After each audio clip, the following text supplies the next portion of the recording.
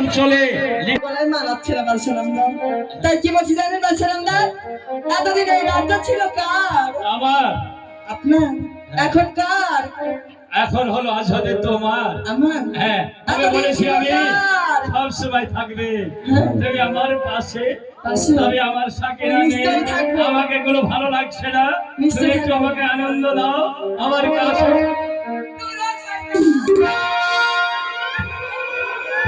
এসো, এইদিকে এসো। তোমার আনন্দ দেবো না?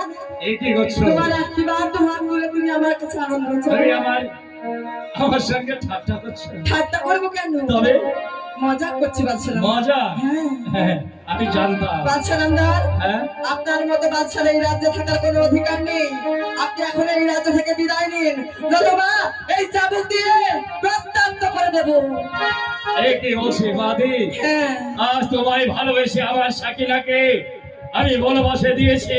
ভালোবাসা। আমার দুর্বলতার সুযোগ পেয়ে তুমি আমাকে কি বলছো? আমি কিছু বুঝতে পারছি না। এখনো বলছে এই রাজ্য ছেড়ে যাবি না? না, এই চাবুকের আঘাত সহ্য কর, সহ্য কর, তবে এই চাবুকের আঘাত।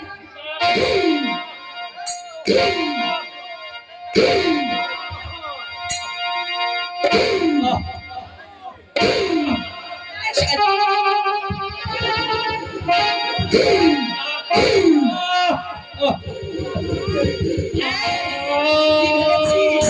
এই রাজ্যটা আমার নামে লিখে দে। সঙ্গে থাকবি? কখনোই নয়, কখনোই নয়। সঠিক সাবিত্রী বাদশাকে রেখে এই রাজ্য থেকে তাড়িয়ে দিয়েছিস। তোর মতো বাদশার এই রাজ্যে থাকার কোনো অধিকার নেই।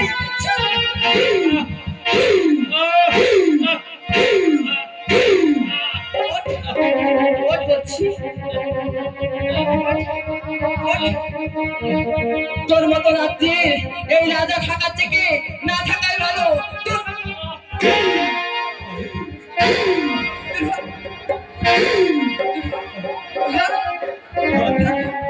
বাদি, আবার হ্যাঁ? আমাকে তাড়িয়ে দেও না। তাড়িয়ে দেবো না? তোমার রাজ্যে হাজার হাজার প্রজা বাস করছে, তেমনি বলে তোমার রাজ্যের এখনো চলে যা বলছি, এখনো চলে যা বলছি।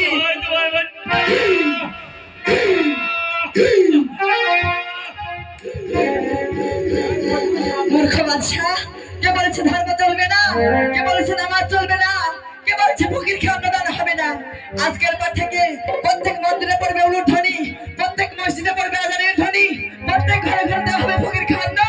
আর এই কথা যে মান্য করবে ধরে আনবে আমার কাছে, আমি তার বিচার করবো। নাহলে আমি হীরাময় দাসী না।